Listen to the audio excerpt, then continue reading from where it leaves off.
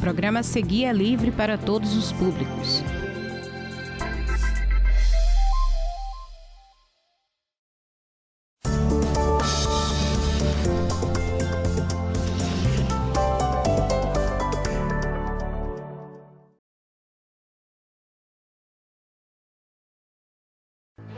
Olá, tudo bem? Está no ar mais um Universiência, o primeiro programa brasileiro de TV aberta e internet, produzido por meio da colaboração entre universidades e TVs públicas nordestinas. Uma oportunidade para conhecer as pesquisas desenvolvidas por essas instituições que cada vez mais mostram seu potencial como produtoras de ciência. Vamos saber quais as pesquisas de hoje?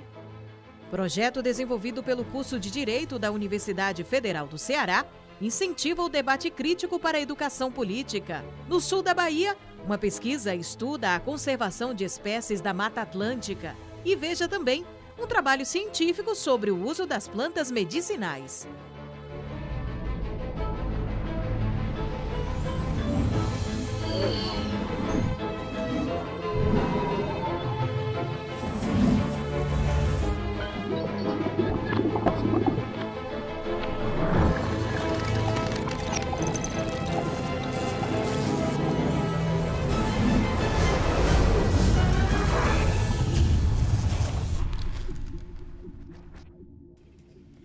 Diz uma coisa, você gosta ou não de política?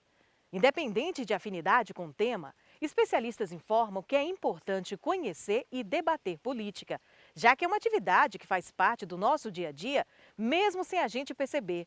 E pensando nisso, é que surgiu um projeto com a intenção de promover a educação política e pensar o tema de forma mais crítica.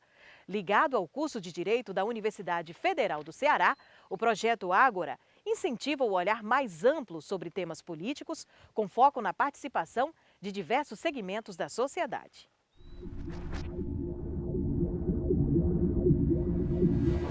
O Grupo Ágora surgiu ali ainda em 2016, ao fim de 2016, na tentativa de promover tanto uma educação política no estado do Ceará, principalmente, como também um fomento ao estudo técnico de certas matérias muito ligadas à consolidação do regime democrático. Hoje nós precisamos de pessoas capazes de unir cidadãos e de unir a sociedade em torno de causas. Nós estamos vivendo um momento de muita separação das pessoas em torno de ideias. Então nós estamos preocupados em criar pessoas que tenham responsabilidade cívica, mas também habilidade para o discurso político e habilidade para a liderança.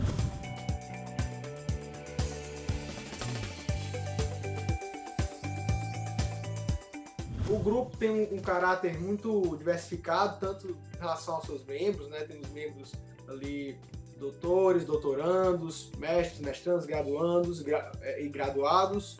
E também em relação aos temas de estudo, de pesquisa e debate. Nós vamos desde questões ligadas à virtualização da política, saúde e democracia, estudo do direito ao voto, das formas de representação, dos partidos políticos, até questões bem mais específicas de direito eleitoral, como ilícitos eleitorais, direito eleitoral processual. O foco do Ágora são atividades de pesquisa no campo do direito eleitoral e também de extensão. Uma das iniciativas do grupo foi a promoção do curso Flor do Mandacaru de Educação e Incentivo à Participação da Mulher na Política. Para a ONU Mulheres, violência política de gênero é qualquer ação, conduta ou omissão que, com base no gênero, cause dano ou sofrimento a uma ou várias mulheres. Eu acredito ter aprendido mais com as participantes do que elas podem ter aprendido com o pouco que eu tenho a contribuir.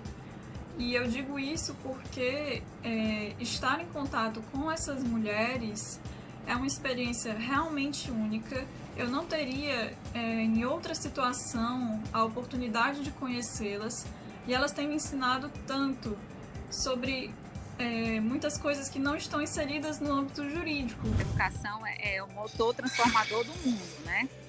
Então, a educação ela é capaz de transformar a sociedade de uma forma geral. Então, se ela é capaz de transformar a sociedade de um modo geral em relação a vários aspectos, eu também acho que nesse ponto específico ela é capaz de transformar, que a educação é o caminho mais gentil, mais poético, mais humano para a transformação da sociedade. Eu acho que sim, nós podemos mudar, e podemos mudar estimulando a força de cada um, a beleza de cada um, fazendo com que cada um floresça no que tem de melhor. Projetos como este são importantes para despertar a nossa consciência política. E daqui a pouco, uma pesquisa no sul da Bahia estuda a conservação de espécies da Mata Atlântica. Fique com a gente.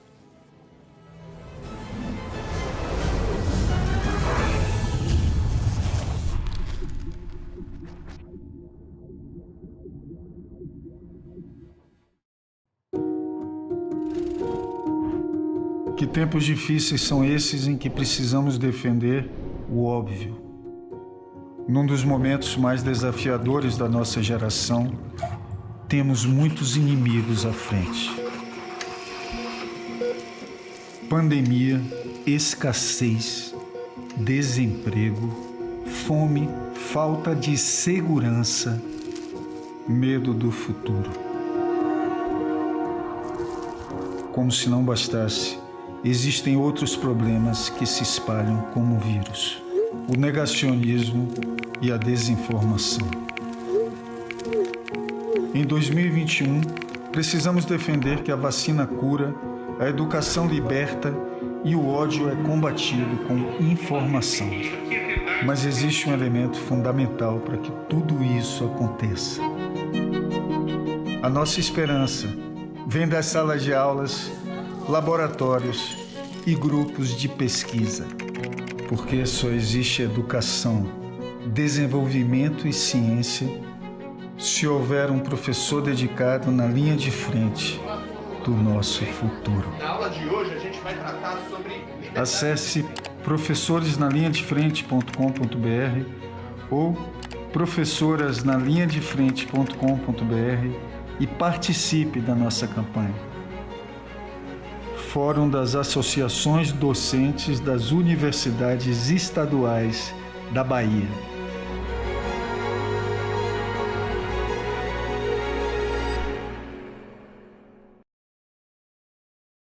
Uma mentira repetida 1000 vezes vira verdade?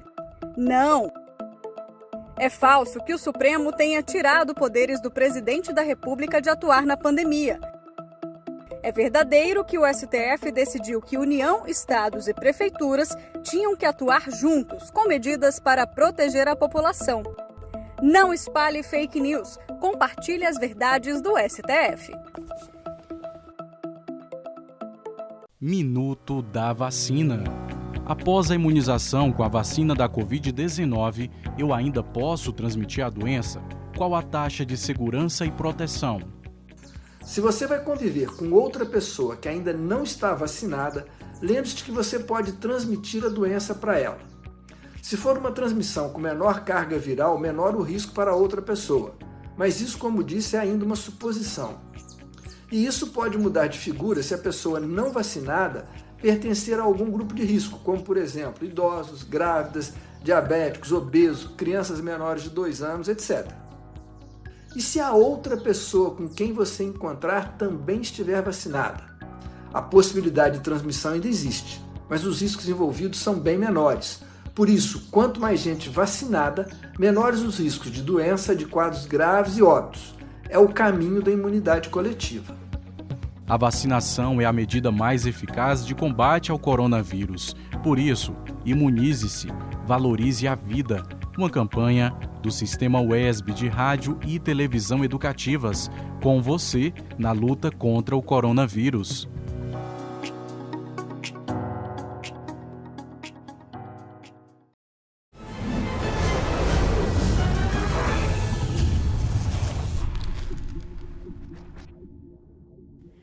Cientistas da Universidade Federal do Sul da Bahia realizam uma pesquisa interessante que monitora as espécies em risco de extinção na Mata Atlântica.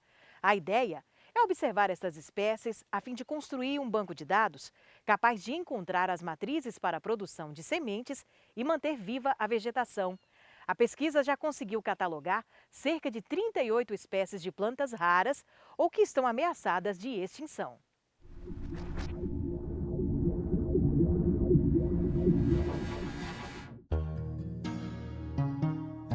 O projeto de pesquisa Conservação de Espécies Ameaçadas da Mata Atlântica do Sul da Bahia é um projeto da Universidade Federal do Sul da Bahia, em parceria com o Jardim Botânico de Nova York, nos Estados Unidos, e com o apoio de uma fundação chamada Franklin. Aqui na região a gente conta com a parceria do Instituto Floresta Viva, que apoia na implementação do projeto na parte de campo.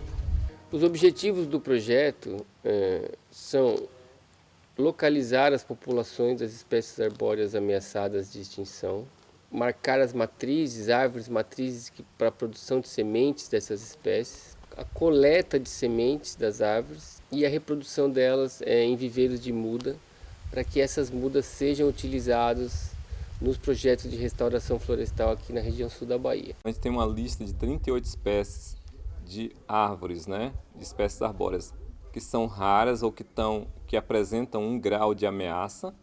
A maioria dessas plantas a gente tem 1, 2, 3 coletas, às vezes, registrada na coleção. Então, o herbário CEPEC, da CEPLAC, convênio com a UFSB, ele guarda uma das mais importantes coleções de plantas da Mata Atlântica. Por isso, esse cruzamento de informações das coletas ou das coleções que estão depositadas no herbário, ele serve para a gente tentar chegar na população dessas plantas raras, registrar essas populações, ampliar esse dado e, posteriormente, voltar, monitorar essas populações e coletar semente e depois levar para o viveiro. Para fazer esse trabalho, a gente conta com a colaboração dos mateiros da região, principalmente na localização dessas populações, dessas espécies ameaçadas. Então, boa parte das espécies que a gente trabalha, são 38 espécies, elas têm as populações muito pequenas e restritas. Então, é muito difícil encontrar essas árvores no campo. E a partir daí, então, a gente faz a marcação dessas árvores matrizes, tomando as coordenadas de GPS, fazemos todas as medições das árvores e para a construção de um banco de dados que vai servir no futuro para a gente poder sempre encontrar essas matrizes para a produção de sementes dessas espécies. A coleção, o herbário, como eu falei, é uma coleção dinâmica. Então, é uma biblioteca onde guarda dados das plantas. Então, ele tem uma importância, primeiro, na identificação correta, eu falo da identificação científica correta, e depois ele tem uma importância também na formação de pessoas, Seja o botânico, seja o biólogo, o agrônomo, o engenheiro florestal, e qualquer pessoa que tenha interesse em trabalhar com flora, com plantas, ele fatalmente vai precisar da coleção do herbário para isso. Então, a coleção hoje ela recebe contato do Brasil e do mundo para visitação, por exemplo. Suas dissertações, teses, e precisa também na ponta, por exemplo, se um agricultor tem uma dada espécie que ele identificou, por exemplo, como tóxica para um animal, que ele observou.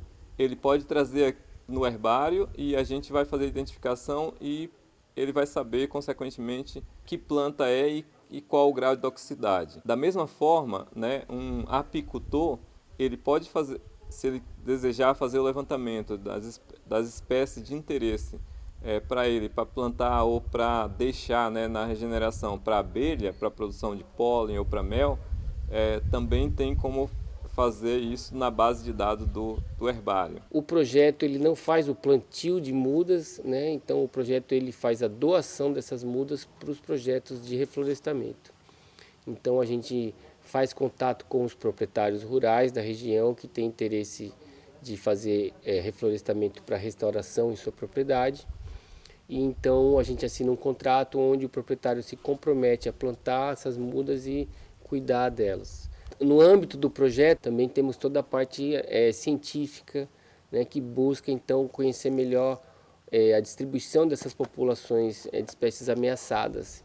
Então a gente tem uma estudante de pós-doutorado que trabalha no projeto e ela então faz a modelagem das áreas com maior probabilidade de ocorrência dessas espécies. Temos também uma série de vídeos que a gente publica no YouTube e temos publicado também artigos científicos recentemente sobre a influência, né, da fragmentação florestal aqui na Mata Atlântica. Com uma alta fragmentação, boa parte dessas espécies vão ter muita dificuldade para se estabelecer através simplesmente da regeneração natural.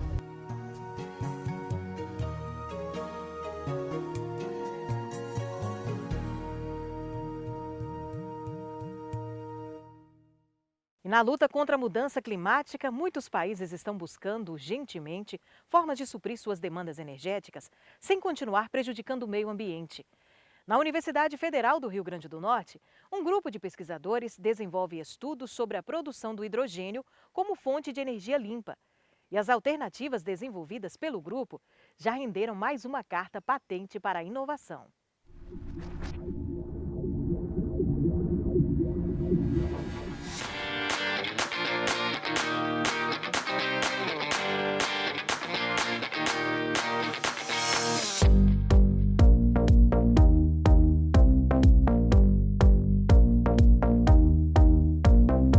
Energia limpa é aquela que independe de você poder causar malefícios à sociedade. O que eu acho mais interessante é que você pode produzir uma energia limpa que hoje já é uma realidade, que é o próprio hidrogênio, certo? Que para a sociedade ele é fantástico, porque a partir dele você pode ter insumos que são importantes para a sociedade. O nosso grupo ele está trabalhando desde 10 anos atrás, né? Nós temos um grupo muito coeso e que esse grupo trabalha na produção de hidrogênio, partindo da reforma a seco do metano, usando 2 gases.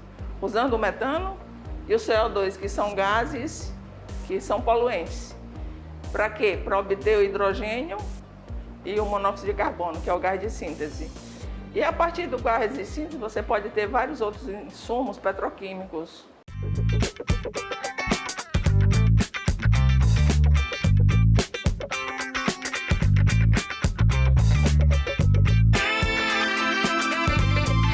Aqui no Laboratório de Tecnologia Ambiental, a gente usa vários métodos de obtenção de nanopartículas, nanopós, nanocatalisadores, quando é aplicações catalíticas.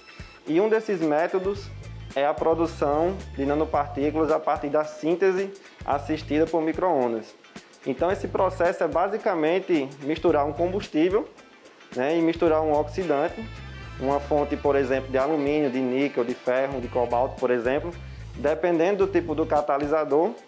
E após fazer essa solução, a gente coloca dentro do micro-ondas, configura o tempo, uma potência e deixamos por volta de 5 a 10 minutos. E no final a gente tem o pó praticamente pronto. Uma grande vantagem desse método é a rapidez e a praticidade, enquanto que outros métodos de síntese envolvem equipamentos caros, reagentes caros, um tempo de preparação muito maior, como por exemplo a síntese hidrotermal, e nesse método não, né? A gente tem essa vantagem da praticidade e do menor uso de reagentes possível. Fizemos uma adaptação aqui mesmo no laboratório desse equipamento, onde a gente adaptou um cooler, que a gente coloca normalmente uma placa-mãe do computador, a gente inverteu esse cooler e ele funciona como um exaustor, né? Então, essa parte interna do micro-ondas, a gente fez um isolamento com um filme polimérico para que os gases oriundos da combustão não corroer a parte dos circuitos eletrônicos, e a gente colocou também um exaustor. Então, funciona super bem. A gente tem vários trabalhos publicados usando esse tipo de método e a possibilidade de variações é ilimitada, né? A gente pode trabalhar com diferentes tipos de combustíveis, diferentes tipos de estruturas.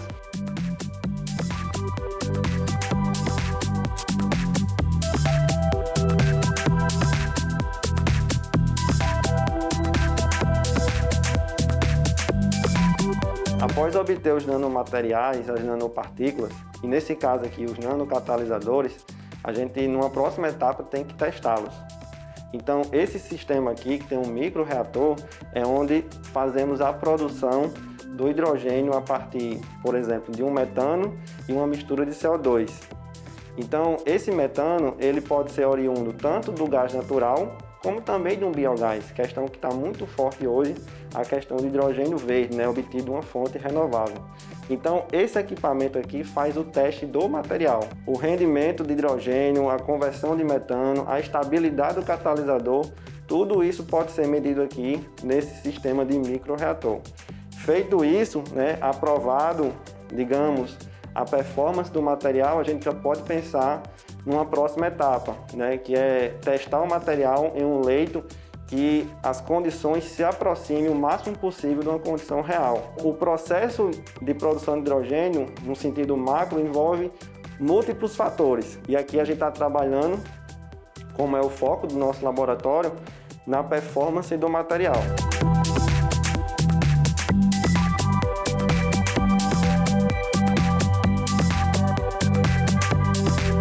Muitos dispositivos, muitos materiais que a gente vê no dia a dia, eles são resultado de uma pesquisa muito robusta que é feita nas universidades.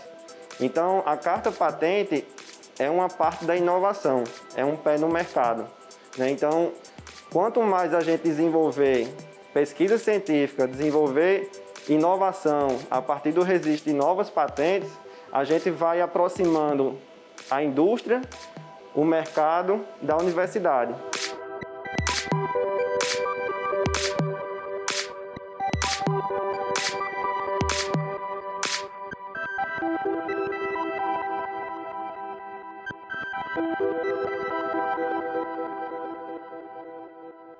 Projetos como este reforçam a importância do investimento na ciência a fim de preservar o nosso meio ambiente. Parabéns aos envolvidos. E veja daqui a pouco, pesquisadores da Universidade Estadual de Santa Cruz estudam diversas espécies de plantas medicinais. A gente volta já já.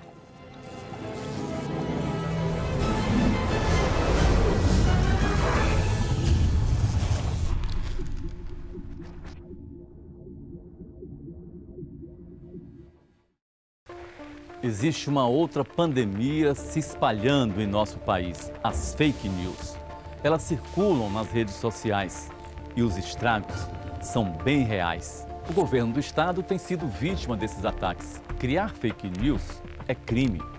Compartilhar também. Por isso, fique atento ao que você recebe no seu celular. Para enganar você, eles manipulam fotos, fazem textos impactantes, criam sites falsos. Depois, usam robôs virtuais para espalhar a mentira. Até chegar aí no seu WhatsApp. Parece notícia, tem jeito de notícia, mas é fake. Sempre que receber uma informação, desconfie antes de compartilhar. O governo do estado tem um site oficial para te ajudar a pesquisar melhor. Com fake news é assim, ou você derruba ou você cai.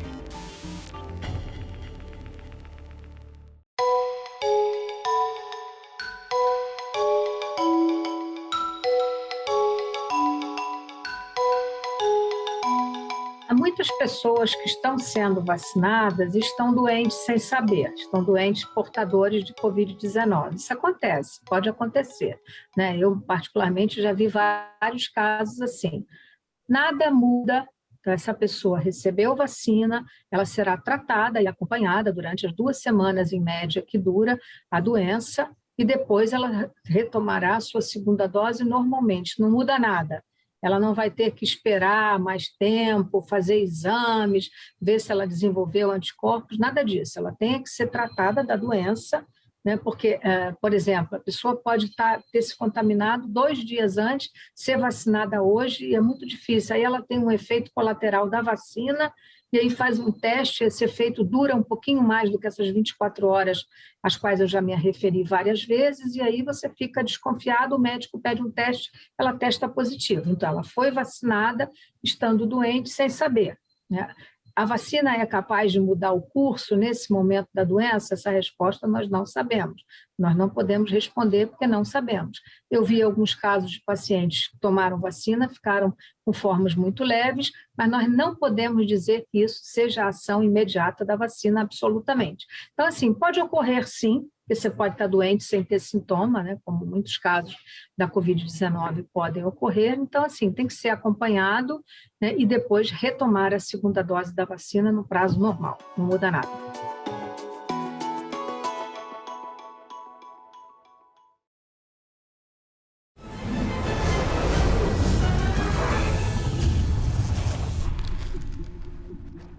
Algumas pessoas preferem o uso de plantas medicinais para auxiliar no tratamento de alguma doença. O Horto de Plantas Medicinais da Universidade Estadual de Santa Cruz, no sul da Bahia, dedica tempo à pesquisa de centenas de espécies da região. A ideia é preservar a diversidade genética e cultural dessas plantas.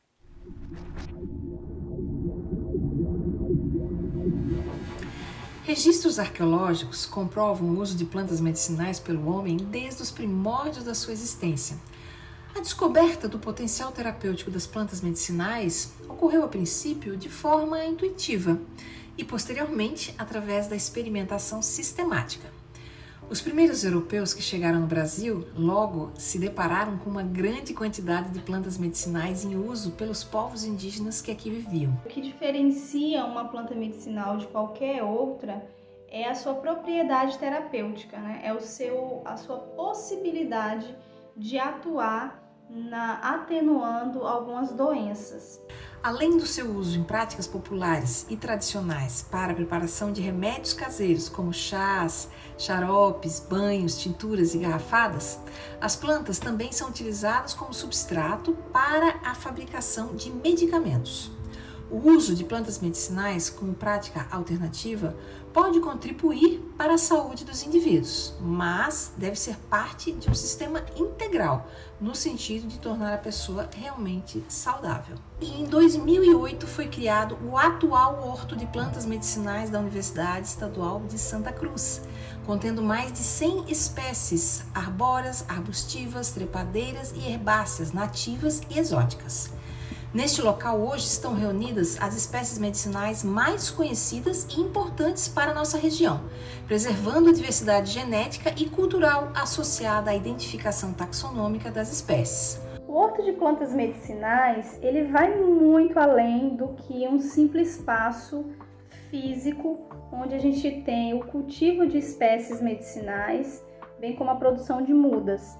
Então eu gosto de pensar, na verdade a nossa equipe gosta de pensar que o Horto de Plantas Medicinais é um local de vivências e de troca de conhecimento, né? O uso de substâncias provenientes das plantas, elas têm um destaque na pesquisa científica. Então não só pelo fato de ser um agente terapêutico, mas também como matéria-prima para a síntese de cosméticos, para a síntese de medicamentos. E nesse sentido, das 252 drogas, e entendam drogas aqui como medicamento, em torno de 11% são originárias de plantas, né? E isso são dados da Organização Mundial de Saúde, né? A OMS. E se a gente for observar, dos medicamentos disponíveis hoje, estima-se que 25% tem sua origem a partir das plantas medicinais, ou de forma direta ou indiretamente. Embora as plantas medicinais tenham essa capacidade de melhorar a qualidade de vida, manter a saúde, prevenir algumas doenças ou serem utilizadas no tratamento de outras, é muito importante deixar claro que o uso não pode ser de forma indiscriminada, bem como não pode substituir algum tratamento indicado pelo médico. Com o aumento no consumo de fitoterápicos no Brasil, em 2006 o governo federal lançou a Política Nacional de Plantas Medicinais e Fitoterapia, que tem como objetivo garantir à população o acesso seguro e o uso racional das plantas medicinais. As pesquisas visam comprovar atividades farmacológicas e ou toxicológicas de plantas potencialmente medicinais através de ensaios farmacológicos pré-clínicos e ou clínicos, bem como toxicológicos. Contudo, apesar do Brasil deter a maior biodiversidade vegetal do planeta e as plantas medicinais brasileiras serem consideradas como altamente promissoras, ainda são pouco conhecidas sob qualquer aspecto científico.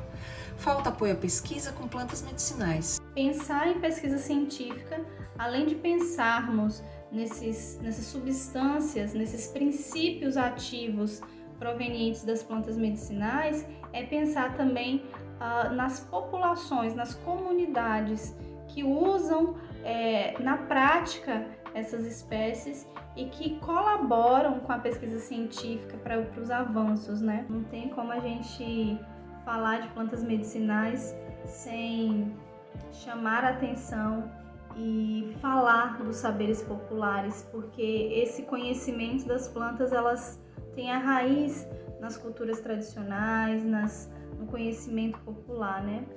Então, os saberes relacionados às plantas medicinais, eles são aqueles cultivados ao longo dos tempos, né?